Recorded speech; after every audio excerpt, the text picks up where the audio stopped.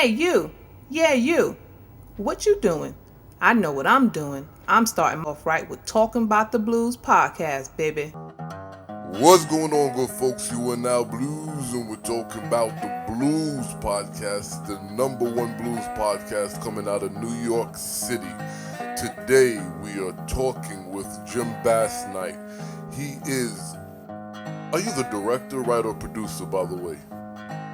I would say I'm co-producer and co-researcher and probably project manager would be probably my titles, as it were, of this project. Yes. Well, you heard it from him first, so you know we got the right information. So I guess with all that being said, we need to just get right into this. Jim, what's going down? Well, I'll tell you what it is. Okay. This is about a guy who's commonly known as Sonny Boy Williamson. He was born in sometime in December or the early part, December of 1912 or the early part of 13. It's unclear, but right in that, probably that 3-month range there. And he died in 1965. He was probably the first, well, he was probably the biggest inspiration of the first generation of the true greats of blues. When you talk about the Muddy Waters, the Howlin' Wolf, you talk about people like B.B. King and a little bit younger than those guys. You talk about Willie Dixon, who was his age. You talk about the late Robert Johnson. They were all contemporaries of his. They all came from the same region, and they more or less knew each other and knew of each other. But the blues at that time was something that was really looked at in just about everybody's terms as a marginally legal occupation, and certainly not anything that was looked at as legitimate, Right. From the standpoint of music, from the standpoint of culture, from the standpoint of economics, anything.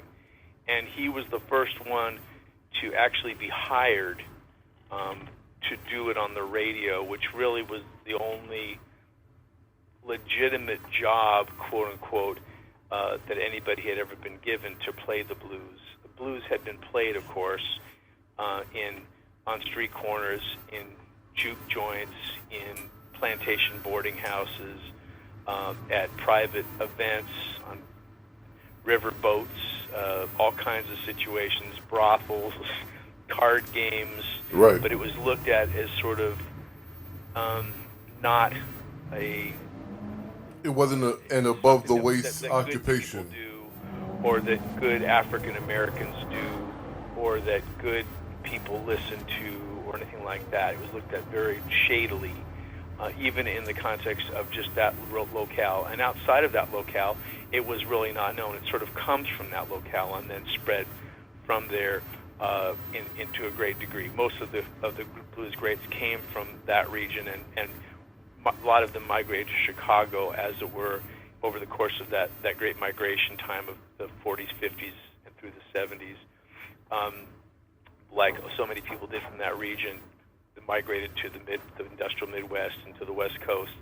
But it was from this area, and it came from this area, and Sonny Boy was the first one in this area to actually be hired working for a quote-unquote legitimate company to play the blues, having a real job playing the blues, and that was for a radio station in Helena, Arkansas in 1941. So that's one of the major accomplishments of his career, but he had many, actually. Had certainly a few really major accomplishments. But the reason that's so important is because he was able to do that, because he was able to get sponsor, because he was able to get big-time ratings and lots of people listening to his show and talking about his show, and other sponsors wanting to get on board. It opened up possibilities for others, like B.B. King, who he got his first opportunity on the radio, like Howlin' Wolf, similar situation. Like Muddy Waters, similar situation.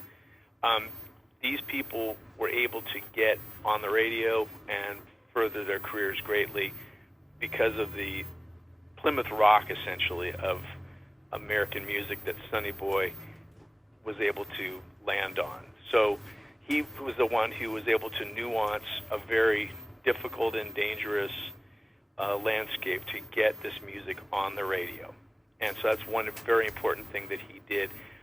He grew up in generally what I would consider the greater Greenwood, Mississippi area.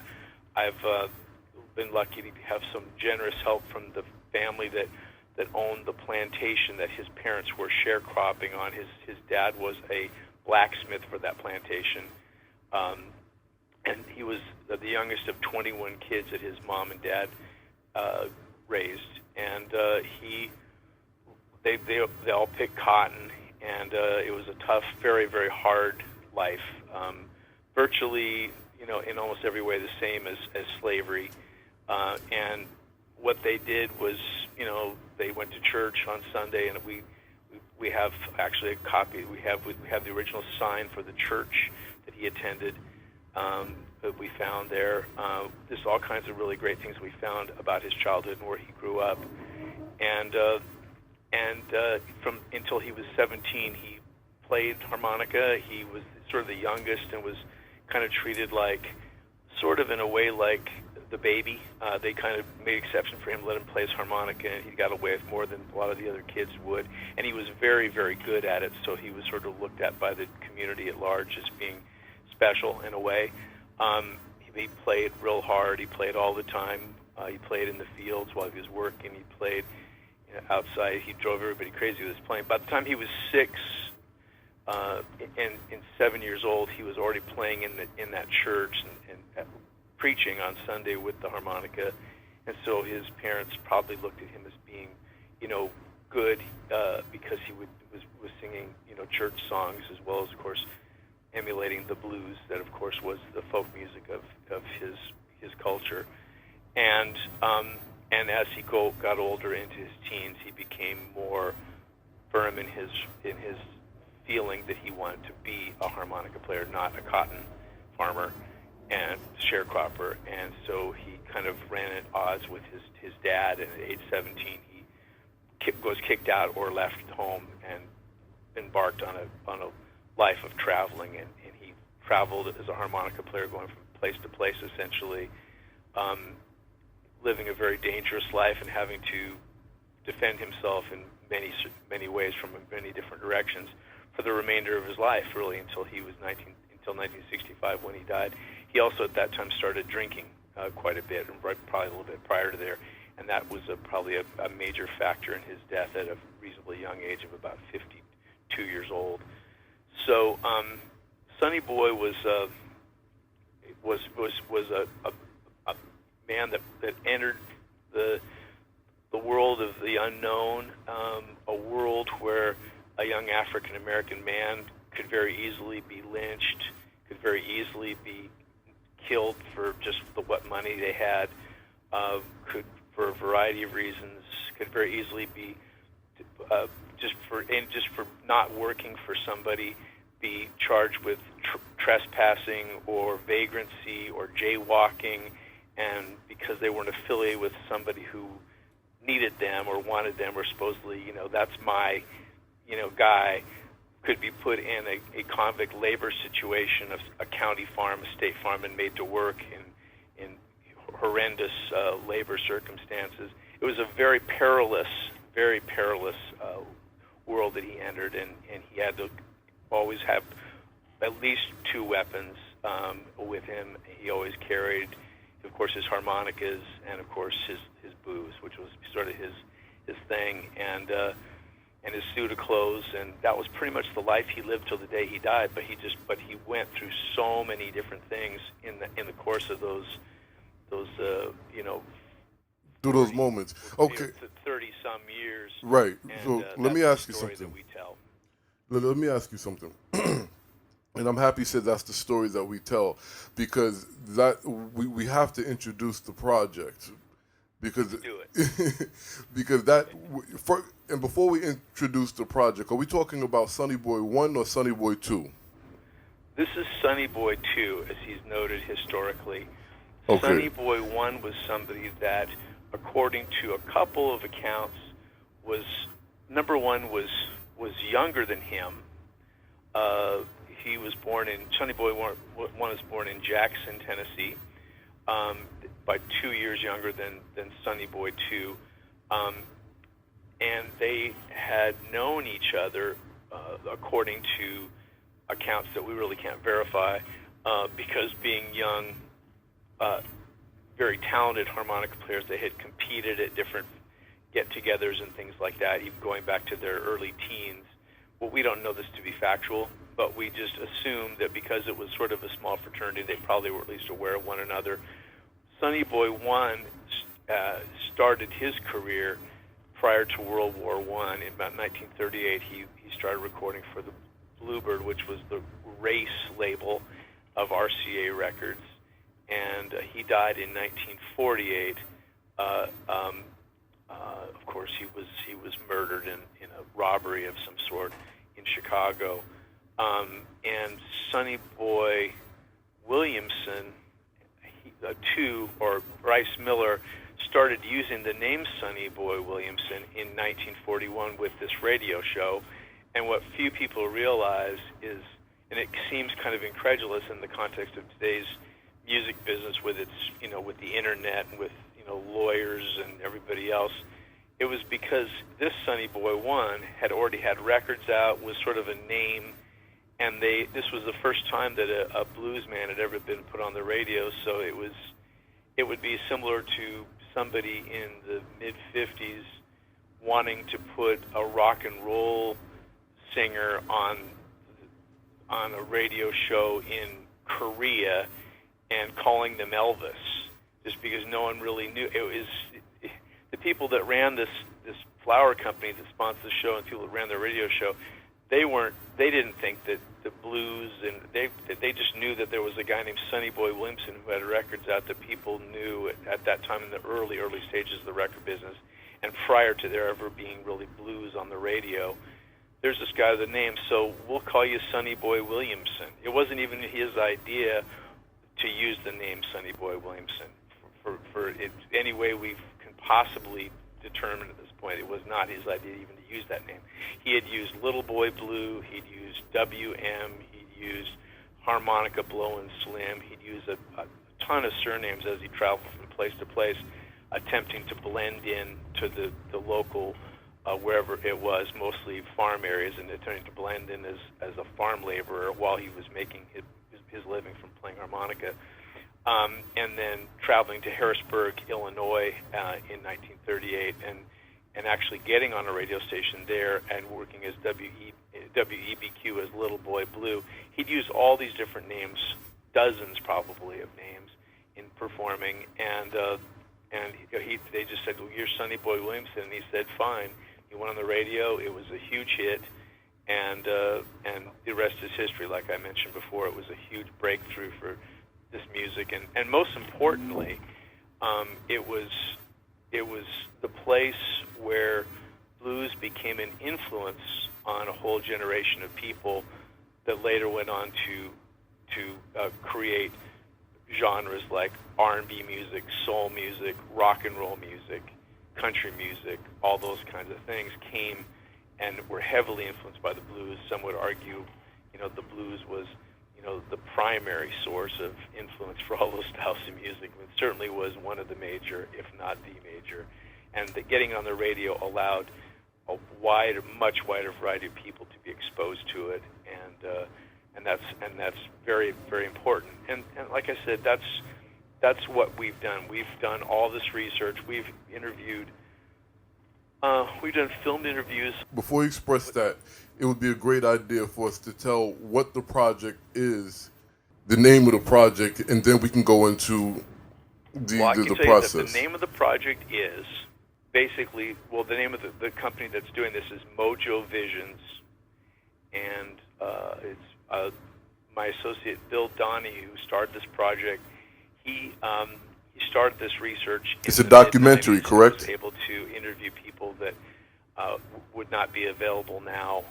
People who knew Sonny Boy, who worked with Sonny Boy, a lot of the real important people in Sonny Boy's music career, and quite a few in his life. His two remaining siblings, his two sisters, and a variety of other folks from the Delta that knew him, in the early days of his career.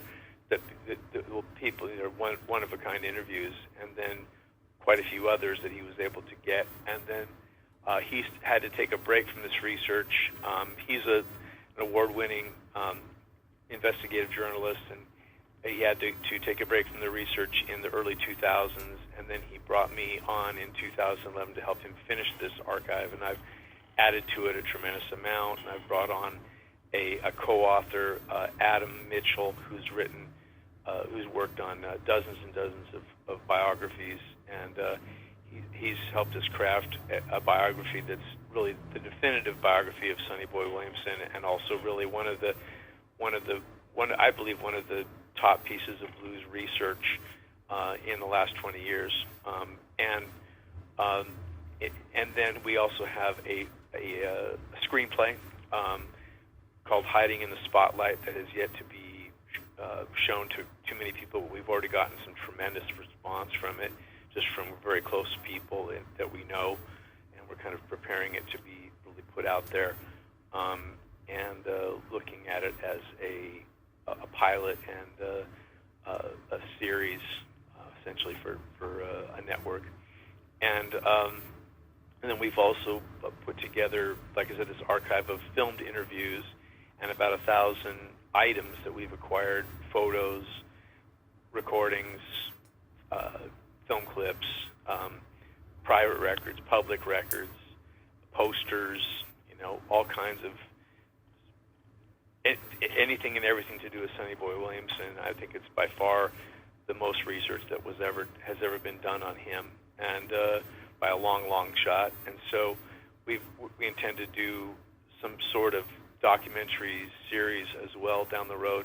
Because of all this stuff, I think we're in good shape to do something like that. Just depends on what we want to do. We have yet to determine that, but we have a lot to work with. And we also are looking to do a tribute show and film it and make a documentary out of that, talking about his music and having some of the top harmonica singers in the world perform some of his classic numbers.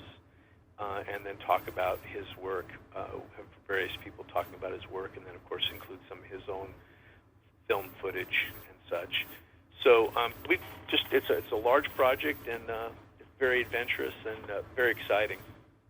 That's groovy. So now, what triggered your interest in researching Sonny Boy with such depth? Well, I've been inspired tremendously. Bill Donahue is a friend of mine that I've known since about the early 2000s, right about the time that he started slowing down his research, actually, but until he was still keeping up with it a bit. But I've known he and his wife Susan, who was also involved as more or less the person that runs the business of Mojo Visions, and I've just known them, and we've talked a lot about Sonny Boy and his importance. My career has been as a musician, songwriter, producer. You can look me up on Google and you see a lot of stuff. JimBasnightMusic.com is a good place to go for that. Mm-hmm. And I just love all kinds of music. I have always loved the blues, and I worked on a musical for Seattle Children's Theater in the mid-'90s called Little Rock, which was based on the desegregation of Little Rock Central High School in 1957 and 58.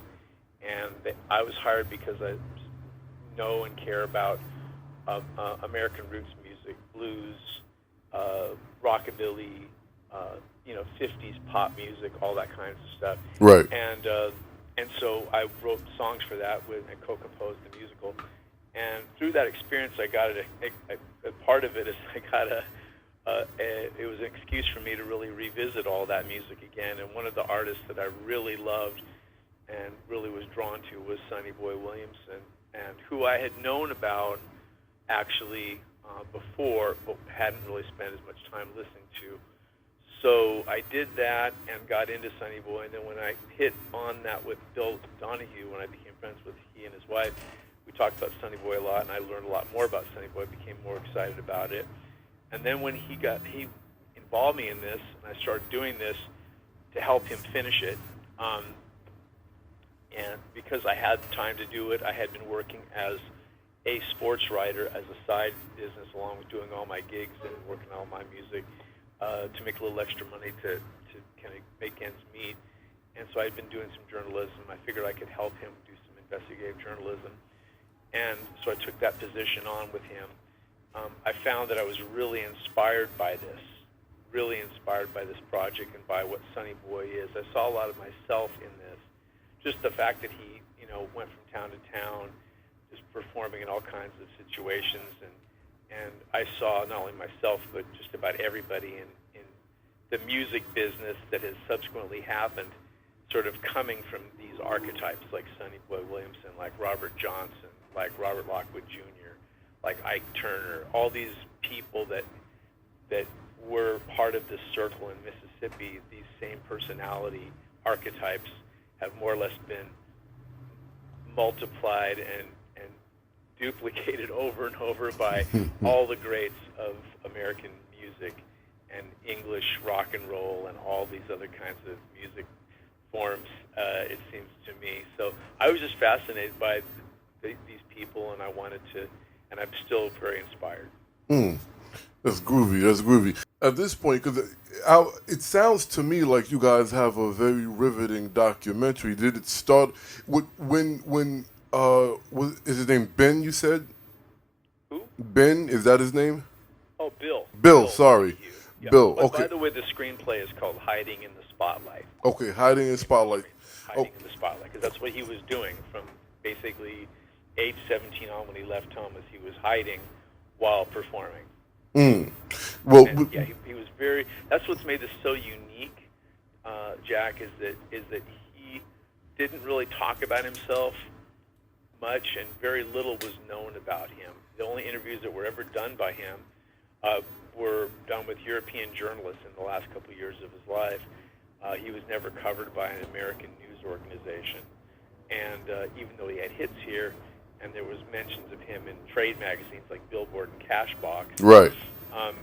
They never really talked about who he was or where he came from. It was no one seemed to care in America, and so. Well, it wasn't just about him. They didn't care about the music. What's that? I said it wasn't just him. They didn't care about the music. It was actually repackaged and presented by Europe, and then everybody was like, "Wow, this is great. Where'd you get this from?"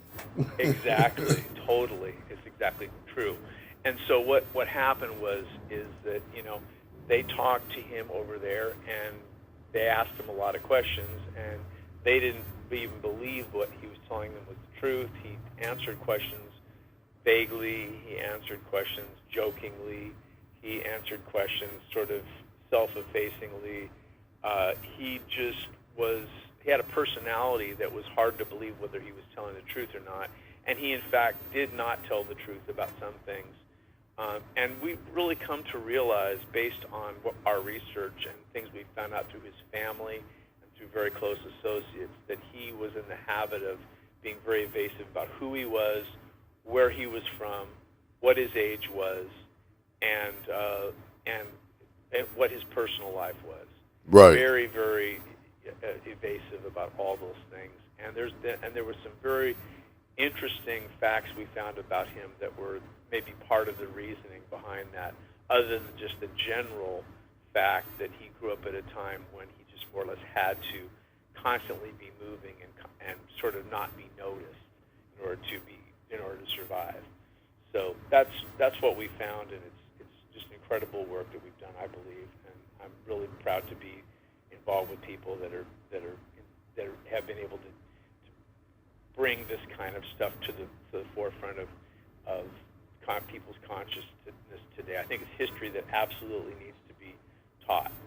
Absolutely, because you can't celebrate the music without the journey. So with that being said, let's talk about the process of your research, because you've dug deep and you were able to share a lot. So how was the process, and how much research? Where have you gone to get this research? Well, what we've done is, like I said, we've interviewed. We've filmed interviews of 150 subjects, and that's an incredible number. It is. Way more than you'll ever need to do a documentary film. So I look at it as more of a documentary archive of the blues, because his life really branches out into so many very important historical things and people and events.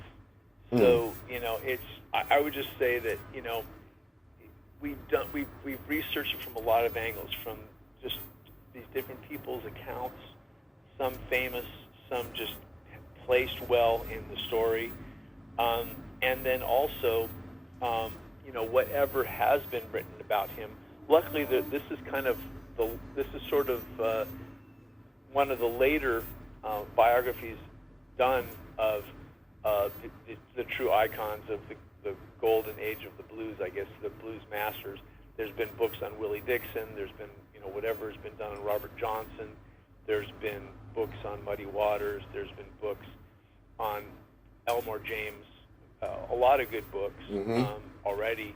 Books on Little Walter that are good books that include information about Sonny Boy. So we have those to draw from. We have these interviews to draw from. And then we also have books that were written just about the culture. Books like Slavery by Another Name by Douglas Blackman, right, which talks about really the world he grew up in. We have other books like Worse Than Slavery, the book about Parchman Farm, which reportedly he was in. We don't know for a fact, but we know he spent time in county farms.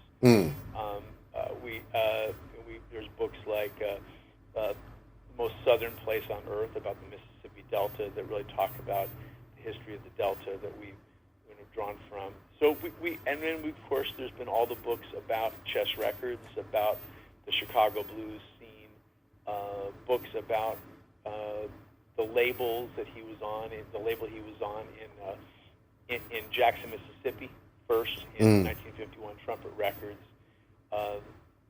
And of course, a lot of books about the world that he inhabited in the last 2 years of his life, and that being England in the early 60s, where, of course, the Yardbirds with Eric Clapton, the Animals, right, the Rolling Stones, Spencer Davis Group with Steve Winwood, Five Dimensions with Rod Stewart, Van Morrison, many, many more, Manfred Mann, many of the icons of the British invasion. Some say the Beatles. We've yet to get real solid confirmation on that. But many of the icons of British invasion were drawn to him and followed him. Robert Plant and Jimmy Page from Led Zeppelin, Jimmy Page recorded with him, Robert Plant followed him and more or less worshipped him. And they were drawn to him as someone that was the real article that actually chose to live there. Whereas Muddy Waters went to play there, Howlin' Wolf went to play there, John Lee Hooker went to play there. They returned to America. They just came there, played, and went. He stayed there and played with anybody and everybody. He told people that when he was in a county farm, that he would play if God would get him out of the place. This is probably in his late teens. If God would get him out of the place, then he would promise to play his harp every single day. And so what he did for the rest of his life was that was his.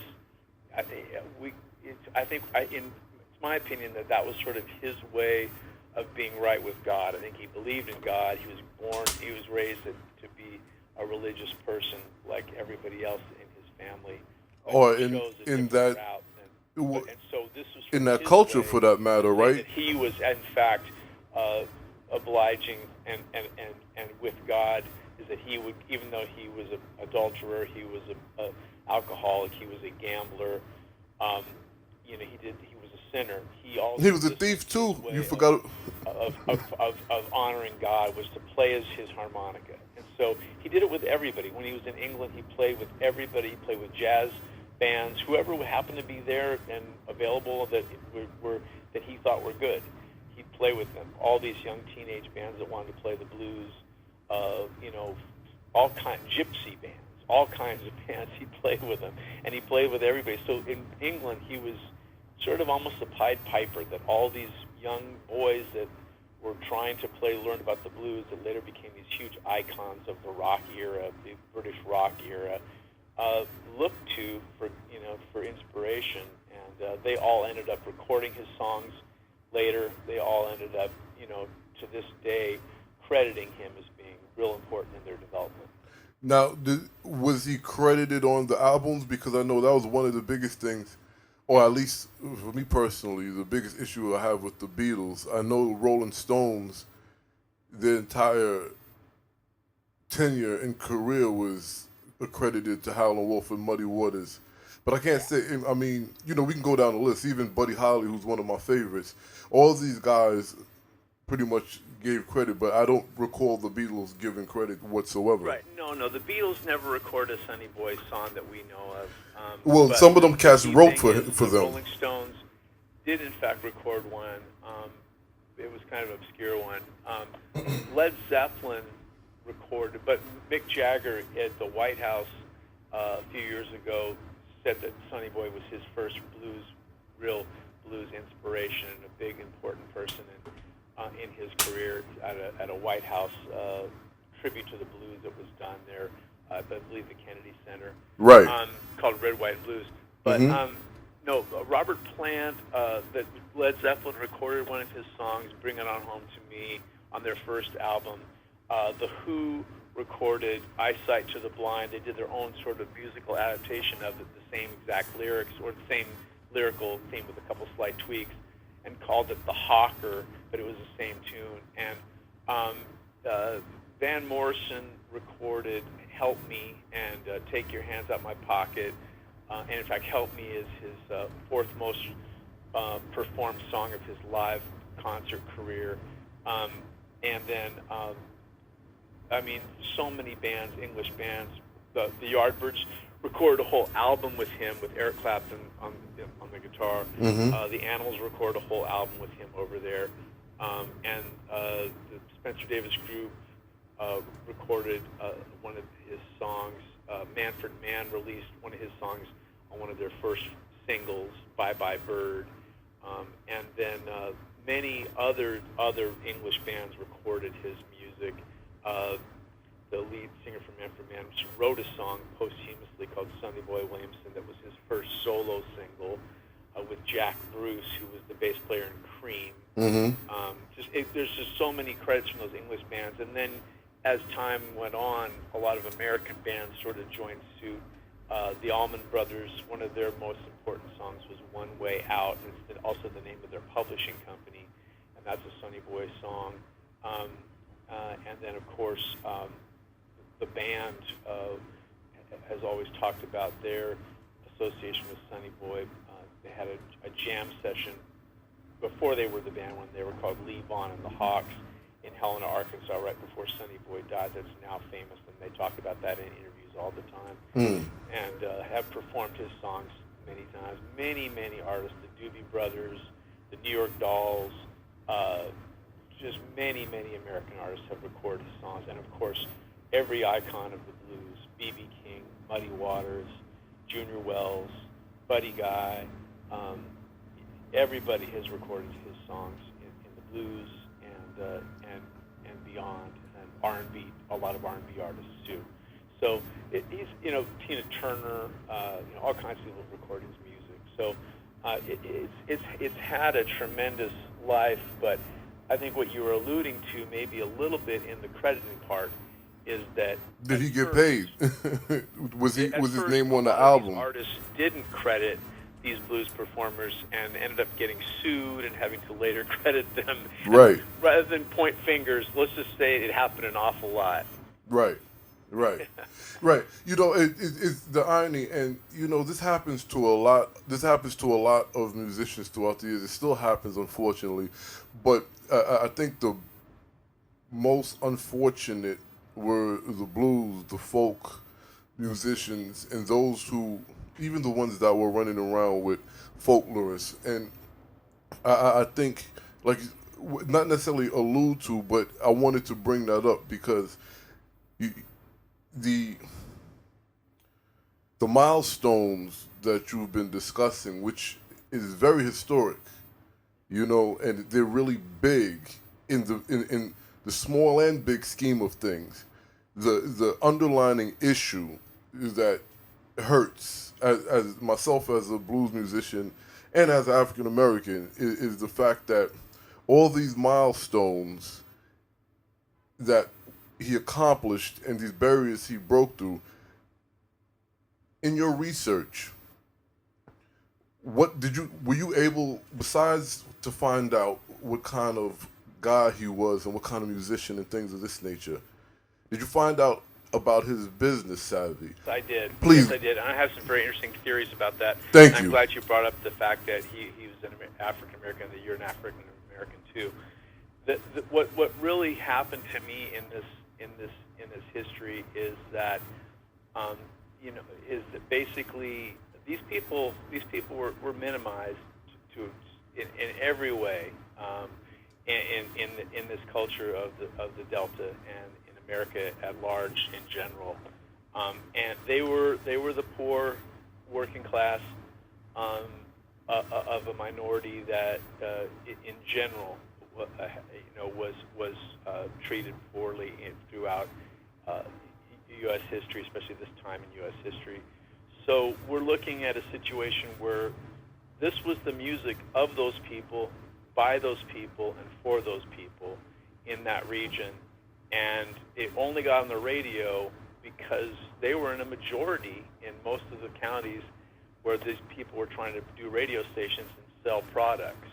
And so it was market-driven that they were able to get on the radio. Had it not been for that, it never would have been on the radio because the people, the authorities, the business leaders, and the political leaders, who were basically a lot of the same people.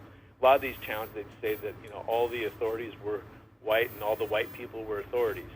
So basically, it was they ran everything, and they looked at this as being very risky and shameful that they'd put this music out on the radio, this music that was not proper, that was not respectable, all this other kinds of right. innuendo. It was thought of as devil's music. The people that were running it that knew that, or had a really good feeling about that this was going to help them sell flour and cornmeal, that it was allowed to happen. They sort of made the case at one point at a meeting of business leaders in Helena, Arkansas. Hey, if you don't want me to do this with my flour company, to use this to sell, then don't let them come into your store. Don't let them go into your hardware store. Don't let them go into your shoe store and buy your stuff either. So right. It came down to that. And the other part of it was, and it was an interesting time in history too, Jack, because in 1941, that was right when the World War II started, and this all happened right in the midst of Pearl Harbor. His first shows were right in the middle of all that, and there was a time when everybody was going to war. There was a lot of uncertainty. If you read the book Slavery by Another Name, you'll find that actually behind the scenes, the Roosevelt administration changed a lot of things to gain the support of minority leaders, of Native American, African American, Latino American, to support the war effort by saying that things were going to change, but in a very understated way. Things that didn't become public until the 90s. Doug Blackman does a very good job of really reporting the facts on that. Right. What happened was that during Reconstruction in the 1870s, a process was put into place in the former slave states that was virtually the same as slavery in a lot of ways, and one of them was this convict labor, and which really allowed that, there was a whole lot of other things too, and a lot of those systems gradually started to dissipate at the outset of World War II. That was sort of the beginning of what I believe became the civil rights movement after World War II. But all this was changing, and because of that, they took a chance on this blues show, because in some ways, hey, this is just temporary because we got this war situation, we got to sell this stuff, and everybody's going off to war. How are we going to sell it? Who's left to buy anything? And then the other side of it was that, that it was just a time that was frenetic, and they were thinking, this is temporary, this is something we'll try now, and then we'll go back to the way things were. But it never went back to the way things were, and as we all know, the rest is history. Right. But because of this going on the radio, it really opened up tremendous opportunity for other performers, and then subsequently the establishment of the first quote-unquote black radio station format in Memphis in 1948, right. WDIA, which of course led to soul music, R&B, quote black gospel music, having radio formats that were duplicated across the country. Right. So now, you know what? Just on a side note, that's very telling on so many levels. Yes. All the way up until the last 20 years of McDonald's commercials. That's just very telling. I'm sorry, But anyway. It is telling. But back to the subject. Now, with all this going on, and Sonny Boy actually being somewhat, and I don't want to make this sound like I'm putting a negative connotation on it, but somewhat of a guinea pig, because this is something new, and they're going to grab him and use this. And the funny part about it is it wasn't even his real name. Exactly. It was, in fact, a rip-off of somebody else's name that in today's world would have been sued right and left for doing so, which is so amazing. But anyway, continue. Sorry. But you're absolutely right. And just to be a little bit more specific, within the last 10 to 15 years, because prior to that, from the 90s down, a whole lot of things was loosey-goosey, for a lack of better terms, in the music and radio and television and film industry. But anyway, so with that being said, him using another name and him being somewhat non-assuming, meaning he's pretty much a chameleon. He can go somewhere, blend in, and he can be who and whatever was necessary for the moment. Right. With that kind of attitude or personality, was he on top of his business? Was he just taking the ride? Was he like a Ray Charles who was going in there making... I will explain that to you. And I should have more directly answered your question the first time you asked it. Well, no, that's okay. I wanted to set sort of the table for that. Exactly, because what you said was very, very important. Sonny Boy Williamson grew up in a world where a white man could literally take something of value from an African American man or woman. Of all kinds of things, criminal activity, civil activity, all kinds of things could be done with very little recourse for an African American in the world he grew up in Mississippi, in Arkansas, in Louisiana, in Tennessee, in Missouri, within hundreds and hundreds of miles of where he grew up. So he lived like others of his ilk, the other blues musicians that traveled. They didn't keep money around much. They hid it, and in his case, they spent it. He spent it. He spent it as fast as he made it. So he lived a life because he feared that if he kept money or if he stayed in one place, that someone would just take it away from him, or worse, kill him to take it. Right. So he just basically got rid of it as he got it. I don't know if that's an excuse, or that's just the way he was, or if that was just because of the fact that so many of them died because of having something that someone else wanted, that he just spent it as fast as he could get it. And I think he drank it, he gambled it, he spent it on women, and he lived a good life, had a good time. But like so many, he didn't have anything to show for it. His family, he had a wife that he married, and his heir now is her daughter. When he died, that he didn't leave them anything, but he left them these copyrights of these songs, which of course over time and over the course of a number of lawsuits and changes in law as far as performance rights and as far as copyrights have become valuable. Right. But at the time, he didn't leave them anything. You know, he left his family, his living relatives, a bunch of harps and a case, and he left his wife basically nothing. You know, and so other than the memories, and so that's who he was. But I think part of it had to do with just the world he came up in and the habits he developed when having something was. I don't know if you've ever lived in a really poor neighborhood, Jack, and if you just show off that you got something fancy, there's a good chance someone's going to steal it from you. Okay, I lived in New York in the early '80s and late '70s, and there was neighborhoods where I lived that, I wouldn't wear something real nice because I was afraid that someone would think I have something, and they try to stop me and see if I had any money on me or something. I think that in a sense, at a much larger way, that was sort of this decision making that he made early on and became habitual for him. Is that he'd make money and he'd make good money, but then he would lose it. He would just get rid of it. He wouldn't hold on to it. He didn't really have any place he'd feel safe to put it. So he just never got in the habit of saving it. Now, others of his associates did better in that regard. Howlin' Wolf, B.B. King, Robert Lockwood Jr., who was his traveling partner in the 30s prior to King Biscuit. They were different in the way they did things.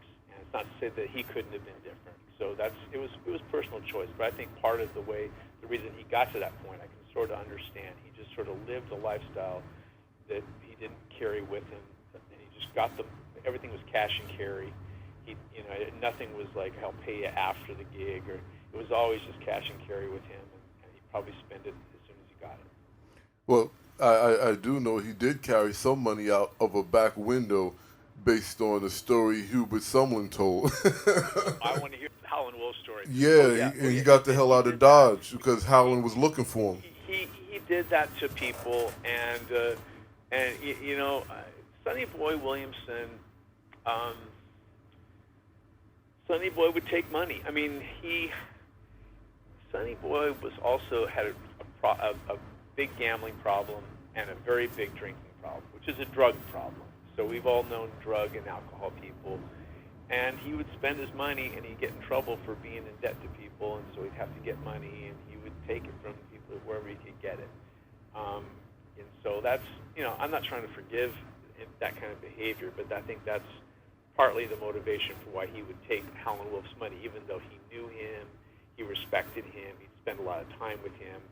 He just grabbed the money and left for whatever reason it happened to be. I think we should call it like it is. Everybody knows that Howlin' Wolf would have went upside his head, so he must have really been desperate. He must have been really desperate. Howlin' Wolf was a big guy who didn't play games. A bodied guy that was really respected as being, not somebody you'd want to sass or something like that. Exactly. And but then again, so was Sonny Boy. Sonny Boy was known as a very tough guy too. He wasn't as big physically as Howlin' Wolf, but he was known as very strong and athletic in a way. At one point in his life, when he was younger, according to two accounts, he was able to swim across the Mississippi River. Now, I understand that at that time, it was a different kind of a river than it is now. It was probably at a time where the water was low, and there may have been some little rocks he could rest on along the way or something like that. But he was a very healthy young man, and he also, he also carried weapons and was very able to use them, and was also able to take care of himself. But Howlin' Wolf was a much bigger guy, and obviously he probably felt like he was probably better off to not to not face them up straight up. Well, and also, you know, you've mentioned the climate of that era in terms of the danger that Sonny Boy faced as a youth and a young man, pretty much into his adulthood. And I would have to say everybody that came out of that had to be built that way. It's just like you mentioned, I grew up in one of the worst neighborhoods in Brooklyn. Which one? I grew up in Crown Heights, Brooklyn, and I have family in Flatbush and Brownsville and East New York and Bed-Stuy. I know where that is. I used to live really close to Bed-Stuy, about 10 blocks west of there, a neighborhood called Clinton Hill. I don't know if you know. Yeah, I'm very familiar with Clinton Hill. Yeah, in the early '80s, and gotten a couple quick, kind of slightly difficult scrapes, but I was, like I said, I kept real low profile. Right, but that's just the climate and the atmosphere. Unfortunately, in low to no income environments, and you learn how to survive. Everybody has their own way of doing it, which is also why this story, it has to be told, the documentary and the film for that matter, because it's timeless in the sense that if you look at every era from that time to the 60s to the 70s to the 80s, even to now to a degree, sure, these things are relevant with musicians, very relevant, and with very people relevant coming from the standpoint of music, from the standpoint of culture, from the standpoint of history. It's all very relevant stuff, and I think that people, I think it needs to be said, and I'll say it again. I'm 58 years old. My dad was born in 1922. His dad was born in probably the 1890s, that time frame. These are people that are like my grandfather and my father. They were born in a time when slavery was legal in this country. I don't care what anybody says. I don't care what anybody tries to tell you in any high school history book or anything else. Slavery was legal in the United States. That's right. And it happened a lot in these states that had been dependent on it for their economy. They went back to a system within 10 years of the Civil War that was almost the same as slavery. It was just modeled after just follow the money. It was the money was going the same way. Right. And the human rights of the people that were the victims and supported the economy were treated with just about the same reverence. So we live in a time that people don't want to really face the fact that we're not that removed from that. And when your father and your grandfather did something, then it's easy for you to say, hey, why don't you do this? That's different than your father and your grandfather. You grew up with the examples of your family, and so you come from a tradition and a mindset of a society. So it's something that we all need. And there's only one way that we're going to ever heal as a nation, and that's by understanding what the problem is. Yeah, absolutely. I mean, I'm not anti-capitalism, but that system birthed capitalism, or was birthed out of capitalism. Let me ask you a question, though. Sure. Back to Sonny Boy, and you've done a lot of research. Now, we're going to wrap up, and I'm going to call this podcast 1 with Jim, because we have to come back within the next few weeks and do a follow-up, because you have a lot of information that should be known, because to be clear, most people do not know about Sonny Boy's life. They just know about some of his music, some of his appearances, and things of this nature. But he is somewhat of an unsung hero in the blues history. But I want to ask you this: Sure. Yes. What do you personally hope people get from Sonny Boy's story and the projects you guys are working on? Well, I'd just like to say this first: is if you want to do a subsequent show, I would really like to recommend that we get my associate Bill Donahue on the show, because he is so knowledgeable about this. I've done a lot of work, and I believe he recognizes that, but He really knows this stuff and started this research a long time ago. And I think he could do another show, which would be a whole nother perspective from his personal firsthand experience with a lot of these people that he interviewed in the 90s who are pretty much all gone now. Right. So that would be a really good show to do if you wanted to do a follow-up show. Of course, I'd like to do a follow-up show, and I'd be happy to do that. But getting back to your question, I forgot what your question was. Sorry about that. That's okay. You got to wrap it up here. No, that's okay. The question is, personally and collectively as a project, what do you hope people receive from Sonny Boy's life and the projects you guys are working on about his life? We hope that people see, and I haven't even really talked about his role in the birth of rock and roll in the greater Memphis area in the 50s. Just getting that music on the radio, and I talked a little bit about it, and also the R&B music and all that kind of stuff, soul music. And we hope that he is recognized as in his proper place in history as this pioneer that somehow, by being disarming, by being charming, by being just good at what he was, and able to just make gigs happen, that he was able to really cross that threshold for this music into the mainstream and really proliferate this influence into the American music makeup. And not only him, but a whole generation that he came with that were the most important, some of the most important innovators and true geniuses of American music. People like Willie Dixon, the great songwriter, people like Robert Johnson, who died at 27, who was a great guitar player, songwriter archetype. People like Muddy Waters, Howlin' Wolf. These people were all his contemporaries, and they were this sort of cluster of tremendous talent and intelligence and talent and knowledge of this music that was able to do so much, yet have to this day really not received their proper due. And then just also to share just why it was so important that he was a part of this British invasion that really was the sustaining force of rock and roll. Rock and roll was minimized and sort of looked at as sort of a fad by the early 60s, and sort of looked at as being trouble for the American landscape and trouble for the youth of America and all that kind of thing. A lot of that was racialized and whatnot. But the British invasion brought rock and roll back to the point where it couldn't really be stopped, and really made the music business, gave it the impetus to make the music business what it has become. Right. You're right.